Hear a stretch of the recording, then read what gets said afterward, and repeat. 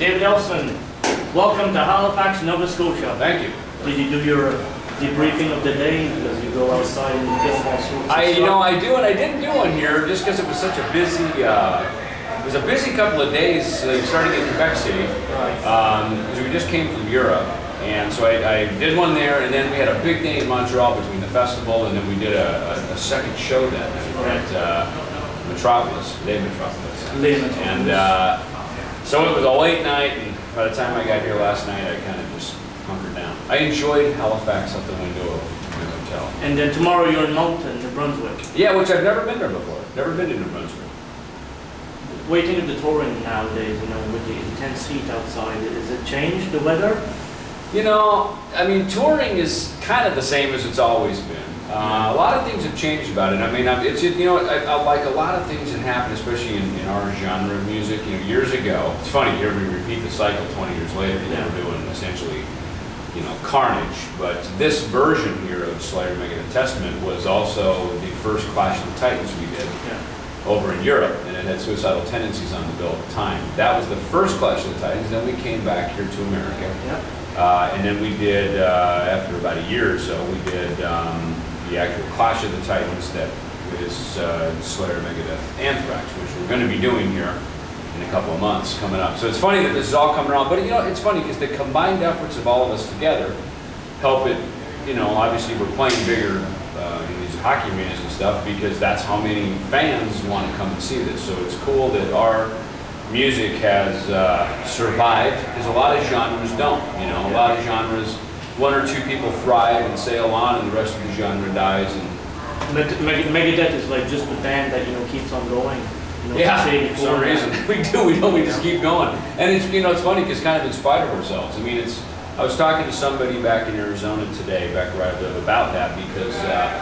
Back in our younger days, we were pretty wild and reckless, and we were our own worst enemy. Everybody wanted us to be successful. The record company, our fans, our managers, everybody around us was, saying, "Man, you guys have it." I mean, and I could tell we had it. When I first met Dave, I was like, "Man, he writes tunes, man, that are something different." And I could tell Megadeth was a band that was always very different. We sounded different than Anthrax. We sounded different than Metallica. We were definitely different than what Slayer was doing, but. It took till the Rust in Peace record where we finally got our acts together personally and internally and just on our own personal level. At that point, that really, all it took was for us to get our act together, and it's like the stones were already in place and the path was already laid out for us to go down. And also, David, the video world, because you guys started releasing good videos like Hangar 18. Right. The Holy Wars is starting to be in big circulation, on MTV. Yeah, and it's funny, isn't it? Because I remember, the Headbangers Ball started for us was on the Peace Out album, so it would have been, I guess, 86. We had an artist in New York named Robert Longo, who did the first video for us. Our A&R guy at Capitol Records had recommended him, so he came down, he shot the video at Lemore's in club in New York and Brooklyn, and a famous rock club, And so we shot the video that day, and then we played the show, the tour that night. And it's funny because at that time the Headbangers Ball was only like a half hour. Like it was either every weekday or it was on Wednesday for like a half hour, it was like 30 minutes, on MTV. And that was all they gave it. It was sort of like they were kind of test marketing it a little bit. But then, there's like a Twisted Sister video, there's maybe a Maiden video, there was a Rat video. I mean, there was one Venom video. No, they didn't even play Venom. I mean, that was like mainstream metal, you know what I mean? And so it's funny because there weren't even that many videos. I mean, there was enough that you probably didn't need more than a half hour. Then you play them and you're recycling them all the time. So, but then it switched, Then all of a sudden it went to Saturday night, and it was 2 hours, and then it turned into, and that really happened like for us around the Rust in Peace record. I mean, that was when the tides really turned, and we're just warming up here before the show tonight in Halifax, and as I listened to our tunes, we were running through like Foreclosure of a Dream, Hangar 18, just randomly picking tunes out of the iTunes list to just jam along to and play. And it really hit me, how melodic Megadeth has always been. And I think that's the one thing, even as I play the songs now, all these years later, it's the thing that hits me that's like, man, I can see why we excelled above what a lot of the people in our scene, because we can thrash with the best of them and still do, but the melody was something that made Megadeth more appealing in spite of our name. Because you hear our name and back, today it's not that threatening, but back in the day when you hear the word Megadeth, you're like, whoa. But it's, the name was very heavy and very bombastic, but then you'd hear the music and it was heavy and it was certainly thrashing and stuff, but there was always a very kind of almost a mainstream appeal to it. You know? Another thing too, your guitar tones, the bass tone, you know, when you're listening to Peace of But Who's Buying, the album, you get that tone.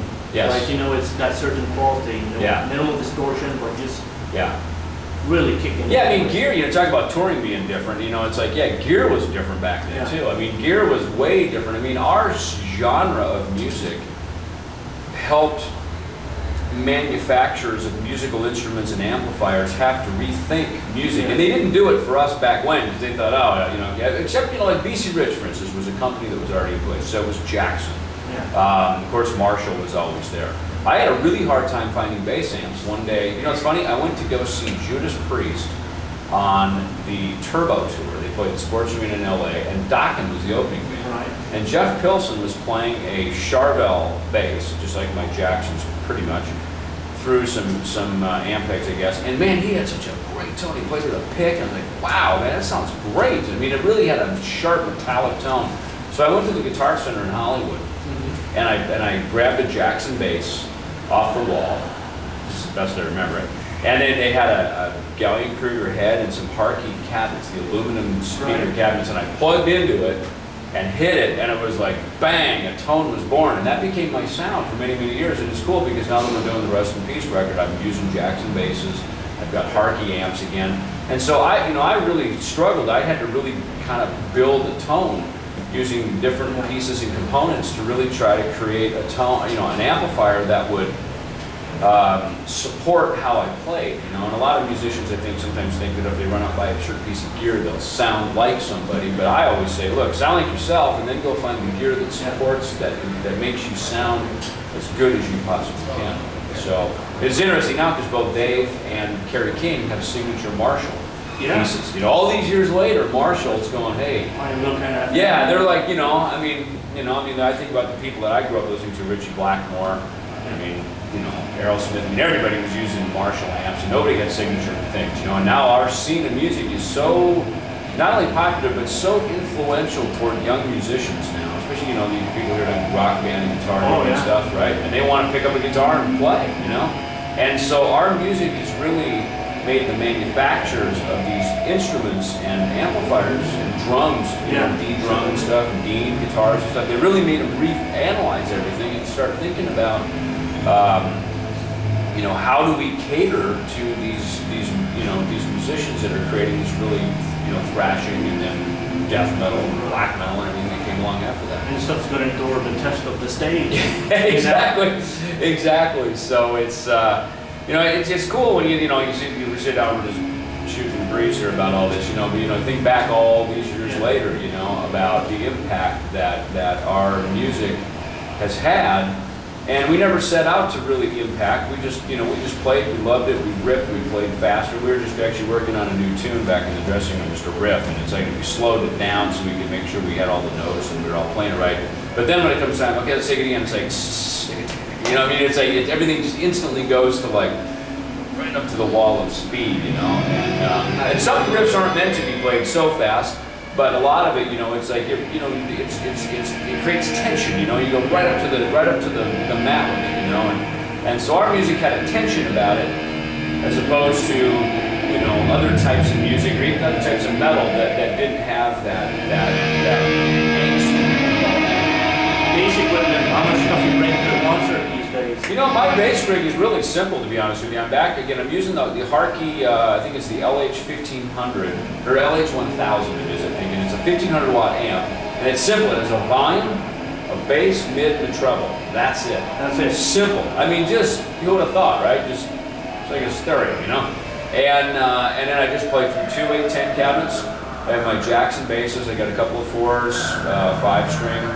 I have one BC Rich Mockingbird that I have out here. Just once in a while I break that out for P-cells.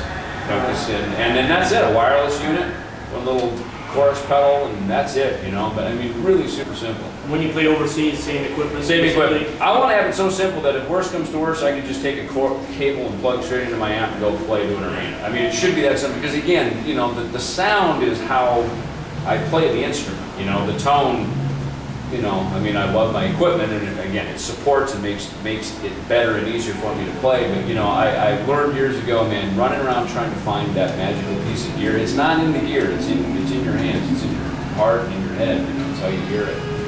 Another one there.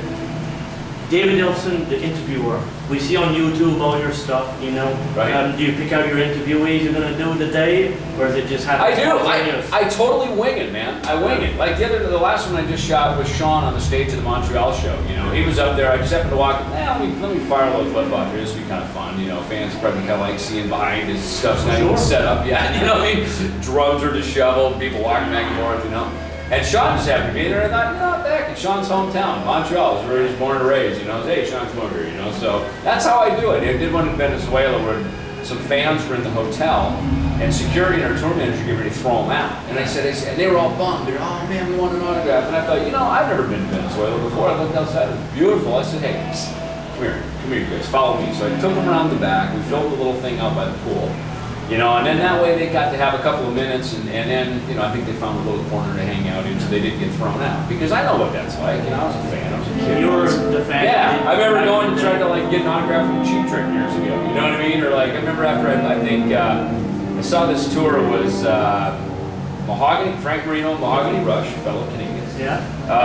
Angel Humble from California. Yep, Humble Pie.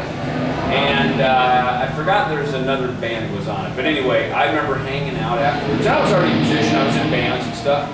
And I got to meet Jerry Shirley, you know, who was the drummer in Humble Pie at that time.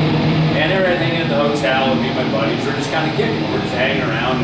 And it was just cool. I mean, I was just into the musician lifestyle. It wasn't even so much from a fan point of view for me at that point as much as it was just like going, wow, how are these guys doing this? You know, how are they rolling in and out of hotels and in venues and seeing Frank Marino walking into the arena for sound check? I mean, that's intrigued me because this is what I wanted to do. You know, now you're doing it. Yeah, so it's like you kind of have to, you know, like in any line of work, you got to find mentors, people that do it before you, and mentor and learn from them. And that's what I did when I went to listen to concerts. I looked at lighting systems and I watched staging and how they did things and how they ran, you know, different tours and shows, and I learned from that. And that helped me so that now that I'm here doing it on the stage, I like to think I've kind of learned how to do it. Yeah. Well, you are doing it now. I'm doing it, yeah. Whether I learned how to do it or not, I'm doing it. So. You kept yourself so busy, you know, since you were born with Megadeth, with side projects, you know, F5 and all that stuff. What's the status on all these projects? You know, the main thing is I love to play. You know, and right after, you know, when Megadeth ended and I stepped away there for a few years, you know, my thought was, and I got some offers to go play in some tours. You know, I did some work with Soulfly. There was a couple of other things that I got asked to do, and I thought, you know, this is a time of my life, if there ever is a time for me to really just be an artist, and me to put out to, you know, my fans, and people that have grown up with me in Megadeth, and do some other things, you know, and they were all heavy, most of them, you know, so I thought, rather than just kind of jumping into a tour where I just only play their songs, let me just be creative a few years right now, and that's how F5 came together, and Temple of Brutality, and I did all these, you know, different Avion and all these different records that I did, and now this Angels of Babylon record actually is coming out, which is something that actually started a few years ago, and we, you know, finally the label deals were finally put in place a few months ago, actually before I came back to Megadeth. So now that's coming out. Actually this week, I believe, here. But that's a cool record. Again, it's Rhino from Manowar. Okay. He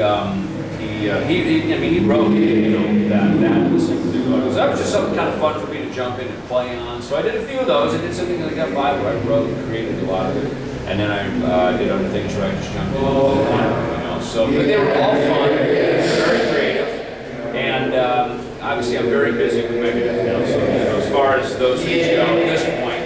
You know, I don't have time to go and do things with them, so I say buy the albums, check them out, cool stuff. But as far as actually taking them on the road, I just time's limited, you know. So. Oh, I can see that. Another thing too, you put so much dedication on the internet to the fans and stuff like we're saying. Yeah. How much hours do you dedicate in a day to do this stuff for your fans? You know, to be honest with you, I don't even think about it. I just wing it, you know what I mean? And I think that's kind of the thing coming back to Megadeth now that's been a lot of fun for me is I've taken all those years away from the group when I learned how to do a lot of stuff on my own. You know, you get in big bands, and I kind of, you know, we grew up just a little tiny band, and then we kind of grew in this big sort of company grew around us, which is cool, and it's obviously nice for traveling and stuff. But sometimes you get a little insulated in the bubble, you know. So for me, being out of the bubble of Megadeth there for those few years when it was good for me because it taught me how to, you know, be a bit more of a man on my own 2 feet, go do a lot of stuff for myself. I mean, I grew up on a farm in Minnesota, so I learned how to roll up my sleeves and go to work, you know.